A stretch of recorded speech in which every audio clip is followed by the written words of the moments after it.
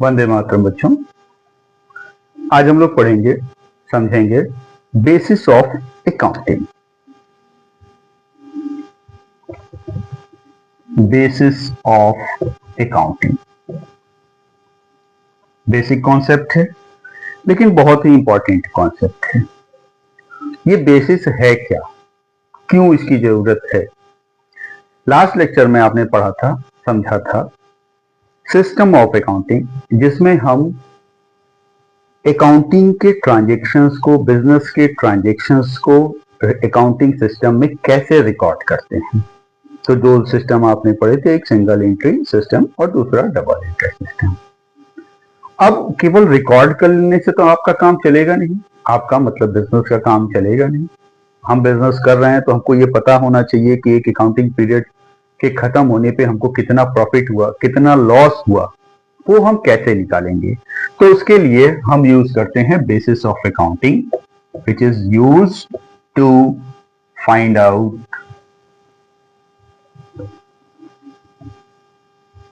Profit और loss on the basis of transactions held during accounting period।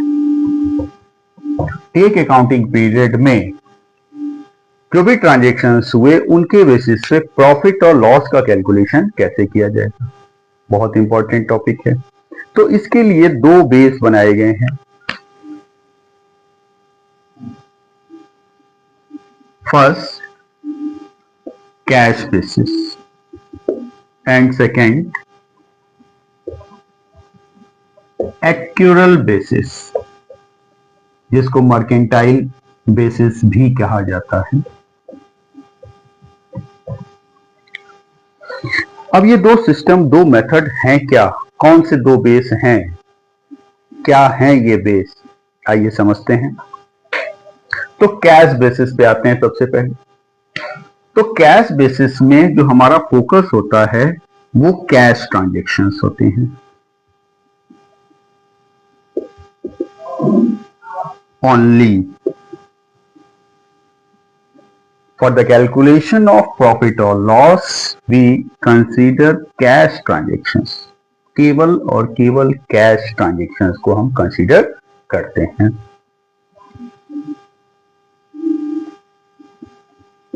held during the accounting period। एक accounting period में जो भी cash transactions हुए, मतलब जो पैसा आया और जो पैसा गया, either related to current year, previous year और next year। चाहे वो किसी भी साल से रिलेटेड हो, उसका कोई फर्क हमारे ऊपर नहीं पड़ता। अगर पैसा 2025-26 में आया, चाहे वो पिछले साल का हो, चाहे इस साल का हो, चाहे अगले साल का हो, तो वो हम 2025-26 का ही मानेंगे। इसी तरीके से जो भी पेमेंट हमने किया, चाहे वो इस साल का हो, चाहे पिछले साल का हो, चाहे अगले साल के लिए हो, वो माना कब का जाएगा? इसी साल के लिए माना जाएगा। तो यहां पे जो हम प्रॉफिट निकालते हैं उसका बेस होता है cash received minus cash paid.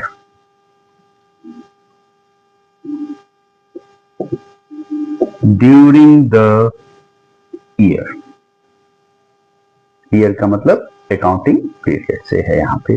तो एक अकाउंटिंग पीरियड में जो भी पैसा आया, जो भी पैसा गया, उन दोनों का जो डिफरेंस है वही हमारा प्रॉफिट या लॉस होता है। अगर पेमेंट ज्यादा है तो लॉस हो जाएगा और रिसीव ज्यादा है तो प्रॉफिट हो जाएगा। बहुत सिंपल सा ट्रांजैक्शन है, कॉन्सेप्ट है। अब आते हैं एक्यूरल बेसिस। नाम से ही समझ में रहा है, एक्रूअल, जो हो गया, चाहे पेमेंट हुआ हो, चाहे पेमेंट ना हुआ हो, चाहे रिसीव्ड हुआ हो, चाहे रिसीव्ड ना हुआ हो। ठीक है।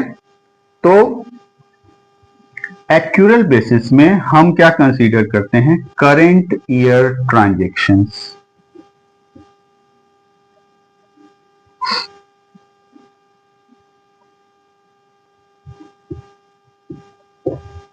related to expenses and incomes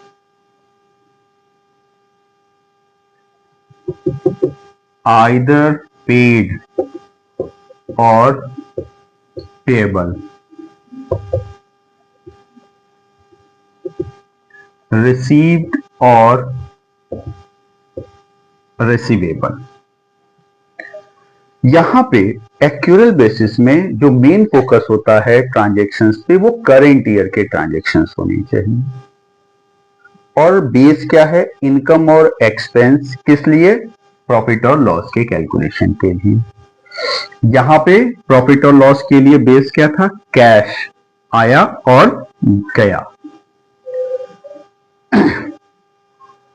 अब एक्सपेंस और इनकम है तो हमको पता है कि कभी कभी एक्सपेंसेस ड्यू हो जाते हैं, आउटस्टैंडिंग हो जाते हैं। इनकम है एक्रूड हो जाती है। तो एक्सपेंसेस पेड हो या एक्सपेंसेस पेबल हो, एक्सपेंस इनकम रिसीव्ड हो या इनकम रिसीवेबल हो, अगर इस साल का है तो वो हमको लेना है। क्लियर? अब कभी कभी एक्सपेंसेस एडवांस भी हो जाते हैं। एक्सपेंसेस और incomes related to previous year और next year will be excluded और एडजस्टेड। अब ये क्या कह रहा है? जैसे हमको पता है कि सैलरी कभी कभी एडवांस में भी हम अपने एम्प्लॉय को दे देते हैं, इनकम एडवांस में ले भी लेते हैं। तो प्रीपेड और अनएक्रूड, प्रीपेड एक्सपेंसेस और अनएक्रूड इनकम्स अगर हैं तो हम उनका क्या करते हैं? एडजस्टमेंट कर देते हैं, क्योंकि वो किससे रिलेटेड है? अगले साल के लिए हैं। इसी तरीके से पिछले साल का कोई एडवांस मिला है या एक्सपेंसेस पेड हो रहा है इस बार, तो उसका भी हम एडजस्टमेंट करके उस अमाउंट को हम इस अकाउंटिंग पीरियड के इफेक्ट से हटा देते हैं। आते हैं अब फॉर्मूले पे। तो यहां पे जो प्रॉफिट का फॉर्मूला होता है वो है incomes minus expenses of current year only.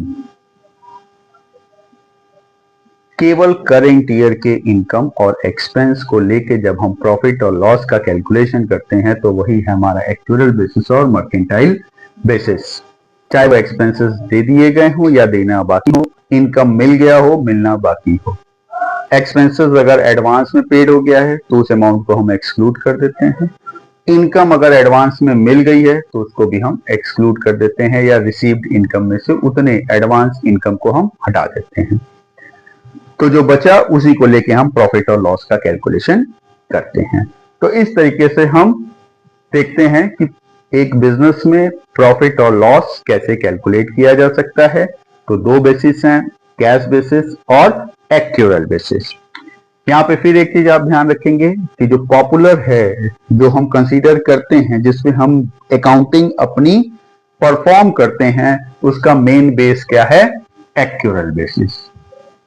इसी बेसिस पे हम अपने अकाउंटिंग सिस्टम को, डबल एंट्री सिस्टम को रन कराते हैं।